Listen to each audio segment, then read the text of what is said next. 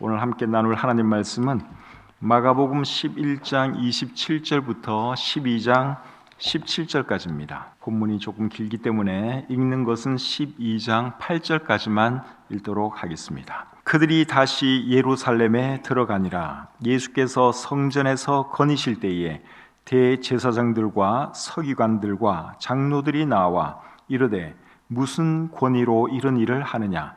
누가 이런 일할 권위를 주었느냐? 예수께서 이르시되 나도 한 말을 너희에게 물으리니 대답하라. 그리하면 나도 무슨 권위로 이런 일을 하는지 이르리라. 요한의 침례가 하늘로부터냐 사람으로부터냐? 내게 대답하라. 그들이 서로 의논하여 이르되 만일 하늘로부터라 하면 어찌하여 그를 믿지 아니하였느냐 할 것이니 그러면 사람으로부터라 할까 하였으나 모든 사람이 요한을 참 선지자로 여기므로 그들이 백성을 두려워하는지라. 이에 예수께 대답하여 이르되 우리가 알지 못하노라 하니 예수께서 이르시되 나도 무슨 권위로 이런 일을 하는지 너희에게 이르지 아니하리라 하시니라.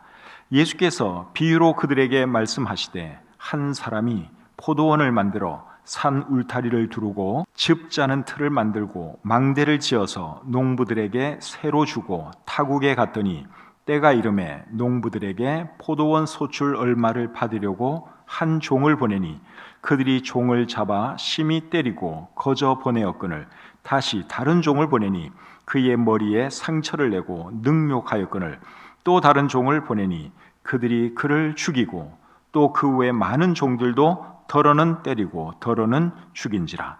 이제 한 사람이 남았으니 곧 그가 사랑하는 아들이라. 최후로 이를 보내며 이르되 내 아들은 존대하리라 하였더니 그 농부들이 서로 말하되 이는 상속자니 자 죽이자.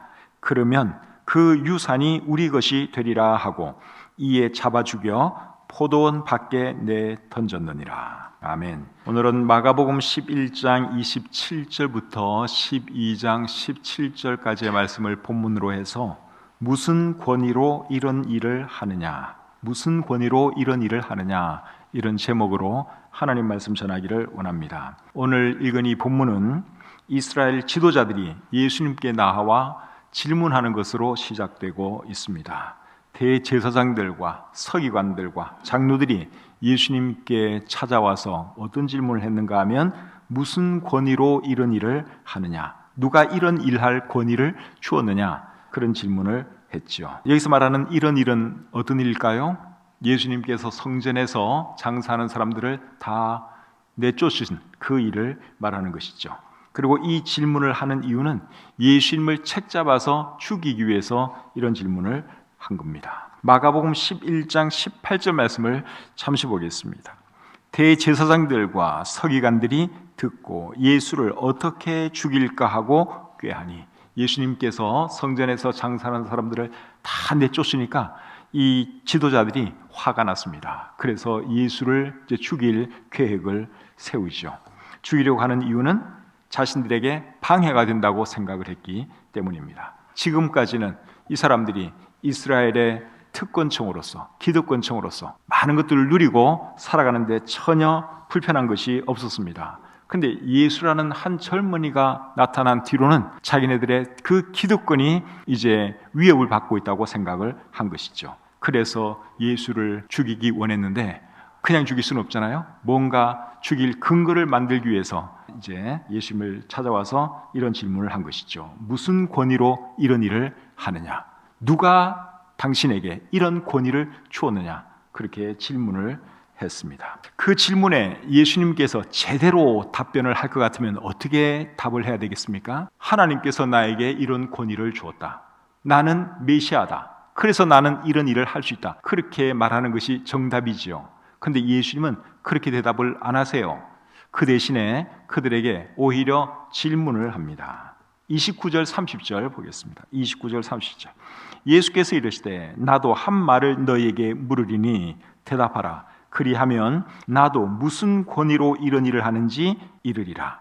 요한의 침례가 하늘로부터냐 사람으로부터냐? 내게 대답하라. 이 사람들이 질문을 했는데 그 질문에 답을 안 하고 예수님이 다른 질문을 하셨어요. 이런 질문을 하는 이유는 그들로 하여금 아무런 말을 못하도록 하기 위해서, 더 이상 질문하지 못하도록 하기 위해서, 다시 말하면 그들의 질문에 예수님이 답을 안 해주시려고 이제 이런 질문을 던진 겁니다. 요한의 침례가 하늘로부터냐 사람으로부터냐, 이렇게 질문하니까 이 사람들이 아무런 대답을 못하지요.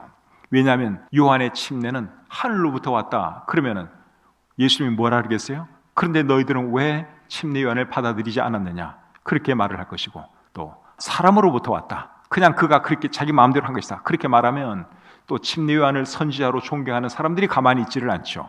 그러니까 이 지도자들이 이러지도 못하고 저러지도 못하고 아무런 대답을 못합니다. 그래서 예수님에게 뭐라 그랬는가 하면 우리는 모르겠다. 요한의 침례가 하늘로부터 왔는지 사람으로부터 왔는지 우리는 모르겠다, 그렇게 대답을 했어요. 그러니까 예수님이 뭐라 그럽니까? 33절에 보시면 나도 무슨 권위로 이런 일을 하는지 너희에게 이르지 아니하리라, 그렇게 말하면서 예수님께서 그들이 한 그 질문에 대답을 하지 않으셨습니다. 근데 여러분, 예수님께서 사실대로 내가 메시아이기 때문에 그렇게 했다, 그렇게 사실대로 말을 했다면 어떻게 되었을까요? 그 사람들이 바로 예수님을 죽이려고 했겠지요. 그런데 예수님은 사실 오늘 이 본문의 상황으로부터 이틀 뒤에 붙잡히게 되고 그 다음날 십자가에 달려 죽습니다. 2, 3일 뒤에 결국은 붙잡히게 되고 결국은 죽임을 당하게 됩니다. 그러면은 예수님은 2, 3일 더 살자고 2, 3일 더 늦게 죽으려고 예수님께서 이렇게 질문을 피했느냐? 그건 아니겠죠? 우리 예수님 그런 분은 절대로 아니시죠? 왜 예수님은 결국은 2, 3일 차인데 지금 이렇게 말을 해줘서 그래 내가 메시아다, 이제 오늘 말해주면 결국은 2, 3일 빨리 죽는 것이고, 이렇게 본문에서처럼 오히려 그들을 난처하게 하고 그들의 말문을 막았기 때문에 예수님의 죽음은 결국 2, 3일 늦춰졌어요. 2, 3일 차예요. 여러분 2, 3일 그게 무슨 그렇게 큰 의미가 있을까요? 예수님에게는 굉장한 의미가 있습니다. 왜 그런가 하면 예수님은 유월절 어린 양으로 이 땅에 오신 분이죠. 그래서 유월절에 희생되기를 원하셨습니다. 그런데 아직 유월절이 안 됐거든요. 이제 2, 3일 지나면 유월절이 되는 거예요. 그래서 예수님께서 2, 3일 벌기 위해서 사실은 그렇게 하신 겁니다. 마태복음 26장 2절을 보시면 알 수 있습니다. 마태복음 26장 2절입니다. 너희가 아는 바와 같이 이틀이 지나면 유월절이라 인자가 십자가에 못 박히기 위하여 팔리리라. 예수님이 다 알고 계시잖아요. 이제 곧 십자가에 달려 죽을 거 예수님이 다 알고 계세요. 근데 왜 오늘 이 본문의 상황에서는 그들에게 이용당하지 않으려고 왜 그들의 말문을 막아버렸습니까? 날짜, 어쨌든 간에 예수님은 유월절에 돌아가시기 위해서 날짜를 맞추기 위해서 의도적으로 그렇게 하신 겁니다. 이런 거 보면 우리 예수님이 정말 정확한 분 아닙니까? 2, 3일 차였지만 그래도 예수님은 유월절 어린 양으로 돌아가셔야 했기 때문에 그 날짜를 맞추기 위해서 이렇게 시간을 조정하고 계시는 것이죠. 그러면 여러분 궁금한 것이 있습니다. 이스라엘 지도자들은 예수님이 메시아인 것을 알았을까요? 몰랐을까요? 그게 궁금하죠. 여러분 생각은 어때요? 이 사람들이 예수님을 메시아인 걸 모르고 지금 이러는 걸까요? 아니면 알면서 그러는 걸까요? 그렇죠. 알면서 그런다고 대답하신 분이 맞아요. 그게 정답이에요. 이 사람들은 다 알고 있어요. 자, 성경으로 좀 보여드리겠습니다. 마태복음 2장 4절부터 6절까지입니다. 왕이 모든 대제사장과 백성의 서기관들을 모아 그리스도가 어디서 나겠느냐 물으니 이르되 유대 베들레헴이오니 이는 선지자로 이렇게 기록된 바 또 유대 땅 베들레헴아 너는 유대 고을 중에서 가장 작지 아니하도다. 내게서 한 다스리는 자가 나와서 내 백성 이스라엘의 목자가 되리라 하였음이니이다. 자, 여기 보니까 이 종교 지도자들, 대제사장들, 또 서기관들, 이 사람들은 메시아가 어디서 태어날 것까지 다 알고 있었습니다. 그래서 미가서 5장 2절 말씀을 들어서 메시아는 베들레헴에서 탄생합니다. 그렇게 사실대로 알려주었죠. 메시아가 태어났다는 말을 들었으면 동방 박사들이 와서 메시아가 태어났다고 지금 말을 해주었죠. 그러면 이 사람들이 어떻게 해야 되겠습니까? 그러면은 동방 박사들처럼 자기네들도 가서 경배를 해야 될 거 아닙니까? 메시아가 태어났는데 가서 경배를 해야 되죠. 근데 이 사람들은 전혀 갈 생각을 안 합니다. 왜 그렇습니까? 관심이 없어요. 이 사람들은 메시아가 태어났든지 누가 왔든지 전혀 관심이 없어요. 자신들의 기득권만 잘 챙기고 살아가면 만족하기 때문에 메시아에 대해서는 전혀 관심이 없는 것이죠. 헤롯 왕이 아기 예수를 죽이려고 했을 때 이 사람들은 다 속으로 좋아했을 것입니다. 아, 그래, 잘 됐다. 우리 대신 헤롯이 드디어 일을 하는구나. 우리는 가만히 있기만 하면 되겠구나. 그렇게 이 사람들이 생각을 했습니다. 자, 요한복음 11장 47절 48절 또 보겠습니다. 이에 대제사장들과 바리새인들이 공회를 모으고 이르되 이 사람이 많은 표적을 행하니 우리가 어떻게 하겠느냐. 만일 그를 이대로 두면 모든 사람이 그를 믿을 것이요 그리고 로마인들이 와서 우리 땅과 민족을 빼앗아 가리라 하니. 그 다음에 53절 이날부터는 그들이 예수를 죽이려고 모의하니라. 이 사람들은 예수님이 죽은 나사로 살린 것도 들었고 예수님이 놀라운 기적을 많이 행한다는 것도 다 들었습니다. 그런 말을 들었으면 어떻게 해야 되겠습니까? 그분이 정말 메시아가 아닐까? 이런 반응을 보여야 되죠. 근데 이 사람들은 그런 반응이 아니에요. 어떻게 하면 죽일까? 어떻게 하면 저 메시아를 죽일까? 이렇게 뒀다가는 모든 사람들이 다 저 사람을 따라가겠구나, 그렇게 생각을 하면서 예수님을 죽일 생각을 했죠. 그 다음에 마태복음 28장 11절부터 13절 또 보겠습니다. 마태복음 28장 11절부터 13절. 여자들이 갈 때 경비병 중 몇이 성에 들어가 모든 된 일을 대제사장들에게 알리니 그들이 장로들과 함께 모여 의논하고 군인들에게 돈을 많이 주며 이르되 너희는 말하기를 그의 제자들이 밤에 와서 우리가 잘 때에 그를 도둑질하여 갔다 하라. 대제사장이 예수가 살아났다는 말을 들었습니다. 그 말을 듣고 어떻게 했습니까? 로마 군병들에게 돈을 많이 주면서 그 사실을 덮으려고 했죠. 이 사실을 절대로 새나게 하지 마라. 너희들만 입 딱 닫고 있으면 된다. 그러면서 돈을 많이 주면서 그들의 입을 막아버렸어요. 만약에 이 사람들이 정말 몰라서 예수님을 죽게 만들었다면 어떻게 해야 되겠습니까? 그럴 때는 정말 우리가 죽인 그 예수가 메시아가 맞았구나, 그러면서 가슴을 치면서 회개를 해야 돼요. 그리고 살아나셨다니까 어디 계실까 수소문해서 찾아야 되죠. 그리고 사과를 하고 회개를 하고 경배를 해야 할 거 아닙니까? 근데 이 사람들은 어떻게 해서라도 입만 막으려고 그랬어요. 다 알고 있었기 때문에 그런 거예요. 예수님이 메시아인 거 알고 있었고 부활한 것도 다 알고 있었어요. 그런데 어쨌든 간에 자신들의 기득권을 누리고 살아야 되기 때문에 어떻게 해서라도 예수님은 사라져야 되는 것이고 죽어야 되는 것이고, 그래서 길을 쓰고 죽이려고 한 것이죠. 그리고 결국 나중에 죽이고 말았습니다. 이런 것을 보면 이 이스라엘 지도자들은 참 악한 사람들이기도 하고 그리고 어리석은 사람들이기도 합니다. 근데 여러분, 이런 사람들은 오늘날에도 많습니다.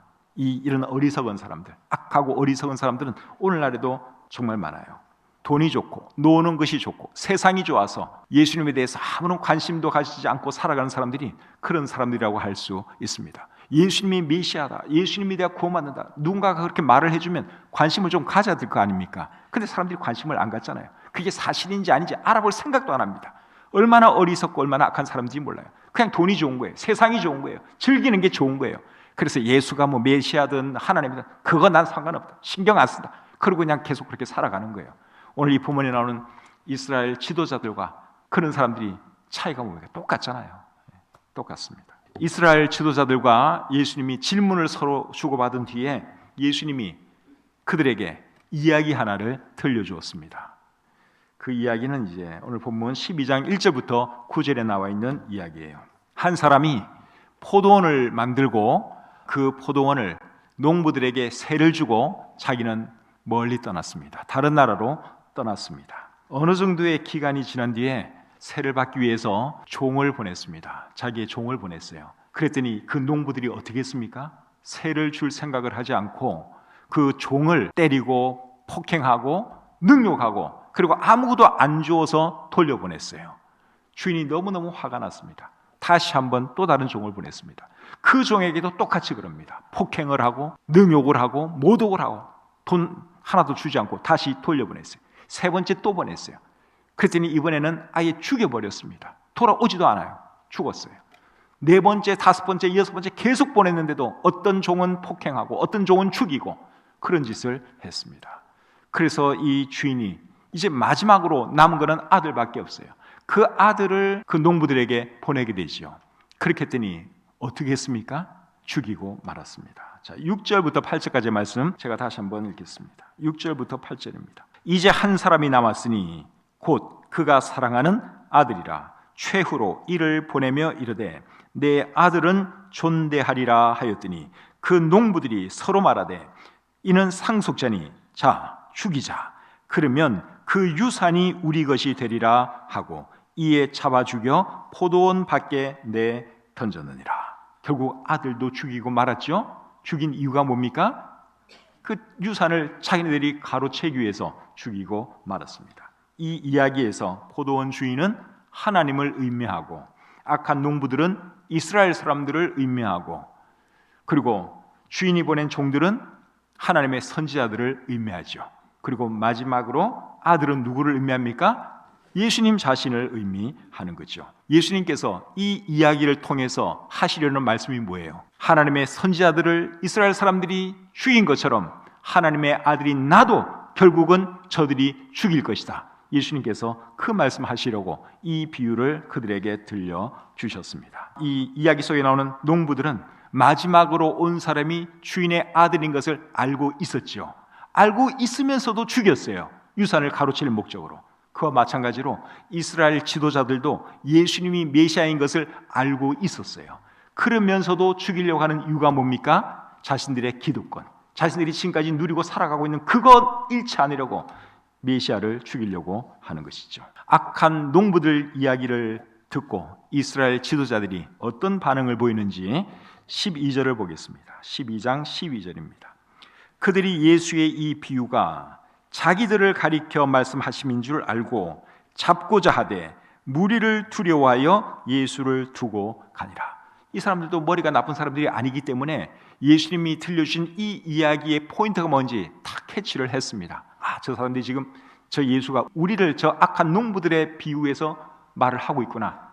저놈을 어떻게 할까? 잡아 죽여야 되는데, 그러면서 사람들이 보고 있으니까 아무것도 하지는 못하고 일단 물러갔다. 그렇게 말을 하고 있죠. 근데 이 사람들이 여기서 포기할 사람들이 아니죠. 그래서 어떻게 합니까? 자, 13절을 보겠습니다. 13절, 본문 13절.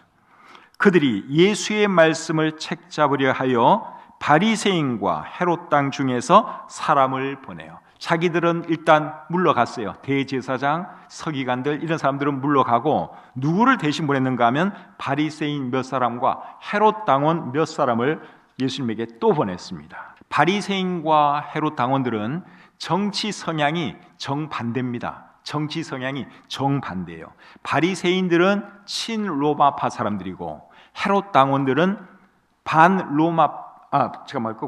바리새인들은 반로마파 사람이고 헤롯 당원은 친로마파 사람들이에요.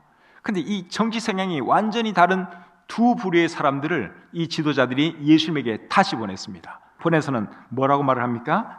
자, 14절을 말씀 한번 보겠습니다. 14절. 와서 이르되 선생님이여 우리가 아노니 당신은 참되시고 아무도 꺼리는 일이 없으시니 이는 사람을 외모로 보지 않고 오직 진리로서 하나님의 도를 가르치심이니이다. 이 말은 맞는 말 같죠? 이 말은 맞는 말이에요. 정확하게 맞는 말이에요. 우리가 아노니 당신은 참되시고 아무도 꺼리는 일이 없으시니 이는 사람을 외모로 보지 않고 오직 진리로서 하나님의 도를 가르치심이니이다. 이 사람들은 예수님이 메시아인 것을 다 알고 있기 때문에 예수님이 어떤 분인가 너무너무 잘 알고 있어요. 그래서 예수님에 대해서 아주 정확하게 이렇게 말을 해줬어요. 띄우기 위해서, 예수님을 일단 기분 좋게 만들어주기 위해서 이제 이런 말을 한 것이죠. 그러고 나서 이제 예수님에게 질문을 하는데 그 질문이 이제 함정에 빠뜨리기 위한 질문입니다. 질문의 내용이 뭔가 하면 14절 하반절부터 보겠습니다. 가이사에게 세금을 바치는 것이 옳으니까 옳지 아니하니까 우리가 바치리까 말리까. 예수님에게 한 질문은 우리가 가이사 로마 황제에게 세금을 바치는 것이 옳습니까? 바치지 않는 것이 옳습니까? 이게 그들의 질문이에요. 만약에 바치는 것이 옳다, 세금을 바쳐라, 그러면 누가 싫어하겠습니까? 여기 지금 온 사람들 중에 바리새파 사람들은 싫어하는 거예요. 이 사람들은 반로마파 사람들이거든. 이스라엘의 독립을 위해서 싸워준 사람들이에요. 이 바리새인들은 민족주의 정신이 굉장히 강한 사람들. 그러니까 로마를 싫어해요. 그런데 예수님이 만약에 세금을 바치시오 그러면 바리새파 사람들이 들고 일어날 겁니다. 그리고 세금을 바치지 마시오 그러면 또 누가 들고 일어나겠습니까? 친로마파 사람들인 헤롯 당원들이 또 가만히 안 있죠. 헤롯 당원들은 헤롯을 좋아하는 사람들이에요. 그런데 헤롯이 로마 정부에 의해서 왕으로 임명받은 사람이거든요. 그러니까 로마를 좋아할 수밖에 없어요. 그러니까 예수님이 참 곤란한 질문을 받은 것이죠. 세금을 바쳐야 합니까? 바치지 말아야 합니까? 그때 예수님이 뭐라고 대답을 하십니까? 여러분도 너무나 잘 알고 있는 유명한 대답을 하시죠. 자, 15절 하반절부터 보겠습니다. 예수께서 그 외식감을 아시고 이르시되 어찌하여 나를 시험하느냐? 데나리온 하나를 가져다가 내게 보이라 하시니 가져왔거늘 예수께서 이르시되 이 형상과 이 글이 누구의 것이냐? 이르되 가이사의 것이니이다. 이에 예수께서 이르시되 가이사의 것은 가이사에게, 하나님의 것은 하나님께 바치라 하시니 그들이 예수께 대하여 매우 놀랍게 여기더라. 예수님이 정말 지혜로운 분이시죠? 가이사의 것은 가이사에게, 하나님의 것은 하나님에게 바쳐라. 그렇게 말을 했더니 헤롯 당원들도 할 말이 없고 바리새파 사람들도 할 말이 없고 예수님이 참 놀라운 분이다 그렇게 생각하면서 예수님을 쳐다만 봤다. 그렇게 나와 있죠. 우리 예수님이 정말 지혜로운 분이시죠? 예수님이 어떻게 이렇게 지혜로운 분인 줄 아십니까? 예수님은 이 세상 모든 지혜와 지식의 근원이 되는 분이기 때문에 그래요. 정말 놀라운 분이죠. 자, 다시 여러분 악한 농부들 이야기로 돌아가겠습니다. 악한 농부들을 주인이 어떻게 하는지 12장 9절을 보겠습니다. 12장 9절입니다. 포도원 주인이 어떻게 하겠느냐? 와서 그 농부들을 진멸하고 포도원을 다른 사람들에게 주리라. 자, 이 주인이 어떻게 한다 그랬어요? 군사들 데리고 와서 그 악한 농부들을 진멸하고 그 포도원은 다른 사람들에게 줄 거라고 말씀을 하고 있죠. 악한 농부들을 진멸한다 하는 이 말은 하나님께서 이스라엘을 심판하시고 멸망시키실 것이다 그 말이죠. 그리고 포도원을 다른 사람들에게 줄 거다 그랬는데 이 말은 이스라엘 사람들이 받아야 할 복을 다른 사람들, 즉 이방 사람들에게 줄 것이다 그 말입니다. 이 복은 예수 그리스도의 복음을 의미하죠. 그래서 이 말씀대로 이스라엘은 AD 70년에 로마 제국에 의해서 멸망했고, 그리고 예수 그리스도의 복음은 이방 사람들에게 전파되게 되었죠. 그리고 예수 그리스도의 복음을 받아들인 이방 사람들은 구원받고 하늘의 소망을 가지고 하나님 나라의 백성으로 살아가는 복을 받게 되었습니다. 자, 10절 11절 계속 보겠습니다. 너희가 성경에 건축자들이 버린 돌이 모퉁이의 머릿돌이 되었나니 이것은 주로 말미암아 된 것이요 우리 눈에 놀랍도다 함을 읽어보지도 못하였느냐 하시니라. 자, 여기 보니까 건축자들이 버린 돌 이런 표현이 나오죠. 건축자들이 버린 돌, 이게 뭡니까? 이스라엘이 배척한 예수님을 말하는 것이죠. 그리고 건축자들이 버린 돌이 다른 사람에게 가서는 무엇이 되었습니까? 모퉁이의 머릿돌, 주춧돌이 되었다 그렇게 말을 하고 있습니다. 옛날에는 집을 지을 때 큰 돌을 갖다가 땅 파서 거기 잘 놓고 이제 거기에 기둥을 세우고 이제 집을 지어 나갑니다. 이스라엘 사람들은 예수님을 배척했는데, 죽여버렸는데 그 예수님이 이방 사람들에게 가서는 결국 뭐가 되었단 말입니까? 구세주가 되고 메시아가 되고 그들의 하나님이 되었다 그 말이죠. 그러면은 예수님을 배척한 이스라엘 사람들은 이제 완전히 끝이 난 것이냐? 그런 것은 아닙니다. 여러분도 다 아는 것처럼 이스라엘은 AD 70년에 멸망을 했죠. 그리고 지금 이제 다시 회복되어 있습니다. 아직 그들이 완전히 끝난 것은 아닙니다. 이방 사람들에게 복음이 충분히 전파된 뒤에는 다시 유대인들에게 복음이 증거될 것입니다. 그 말씀이 로마서 11장 25절부터 27절에 기록이 되어 있습니다. 로마서 11장 25절부터 27절 말씀 읽어드리겠습니다. 형제들아, 너희가 스스로 지혜 있다 하면서 이 신비를 너희가 모르기를 내가 원하지 아니하노니 이 신비는 이방인의 충만한 수가 들어오기까지 이스라엘의 더러는 우둔하게 된 것이라. 그리하여 온 이스라엘이 구원을 받으리라. 기록된 바 구원자가 시온에서 오사 야곱에게서 경건하지 않은 것을 돌이키시겠고 내가 그들의 죄를 없이 할 때에 그들에게 이루어질 내 언약이 이것이라 함과 같으니라. 이 말씀의 의미가 뭔가 하면 이방인의 충만한 수가 구원받게 되면 그 복음이 다시 유대인들에게 증거될 것이고 그들이 구원받는 놀라운 역사가 일어나게 될 것이다 그 말입니다. 지금은 유대인들이 예수님을 안 믿잖아요. 지금은 여러분 극소수의 사람들만 예수님을 믿지 대다수 유대인들은 예수님을 안 믿어요. 반대로 지금은 누가 예수님 주로 믿습니까? 이방 사람들이 예수님을 믿죠. 우리 같은 이방 사람들이 지금 다 예수님을 믿고 있어요.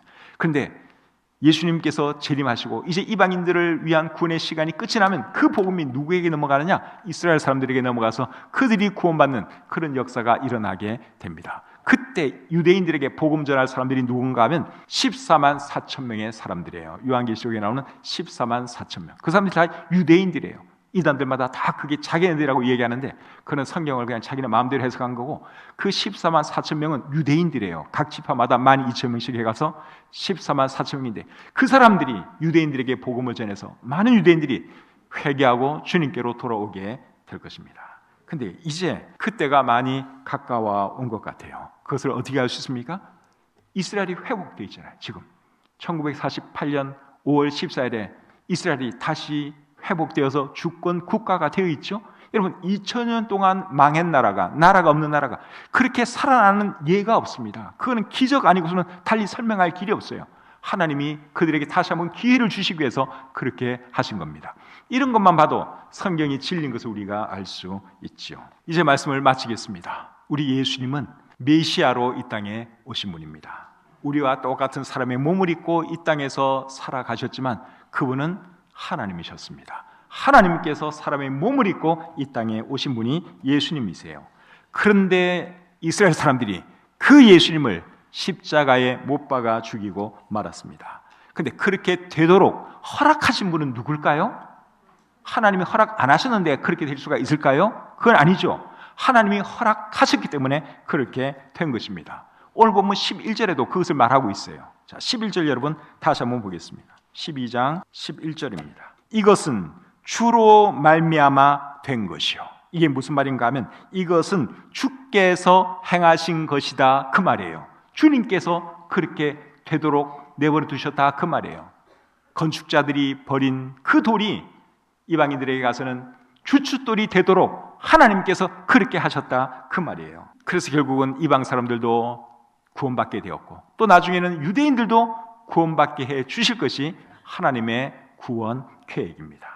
요한복음 1장 10절부터 13절 말씀 한번 보겠습니다. 그가 세상에 계셨으며, 여기서 그는 예수님이에요. 그가 세상에 계셨으며 세상은 그로 말미암아 지은 바 되었을 때, 예수님이 창조주 하나님이다 그 말이죠. 세상은 그로 말미암아 지은 바 되었을 때 세상이 그를 알지 못하였고 자기 땅에 오매, 이스라엘 땅에 오매 자기 백성이 영접하지 아니하였으나 영접하는 자 곧 그 이름을 믿는 자들에게는 하나님의 자녀가 되는 권세를 주셨으니 이는 혈통으로나 육정으로나 사람의 뜻으로 나지 아니하고 오직 하나님께로부터 난 자들이니라. 왜 하나님께서 예수님이 죽임당하도록 그렇게 허락을 하셨습니까? 온 세상 사람들을 구원해 주시기 위해서, 더 정확하게 말하면 예수님 믿는 사람들을 구원해 주시기 위해서 하나님이 그렇게 허용해 주신 것입니다. 혹시 여러분 중에 아직 예수님이 누구신지 모르는 분이 계시면 여러분 오늘 들으셨어요. 예수님은 메시아예요. 그분은 하나님이세요. 그 예수님을 여러분도 주님으로 받아들이고 여러분의 하나님으로 받아들이시고 구원받고 천국의 소망 가지고 살아가시기를 바랍니다. 예수님 안에 구원이 있어요. 예수 안에 죄 사함이 있고 부활의 소망이 있고 천국의 소망이 있습니다. 누군가가 오늘 예수님을 자신의 구주로 영접하고 구원받는 놀라운 역사가 있기를 주님의 이름으로 축복합니다.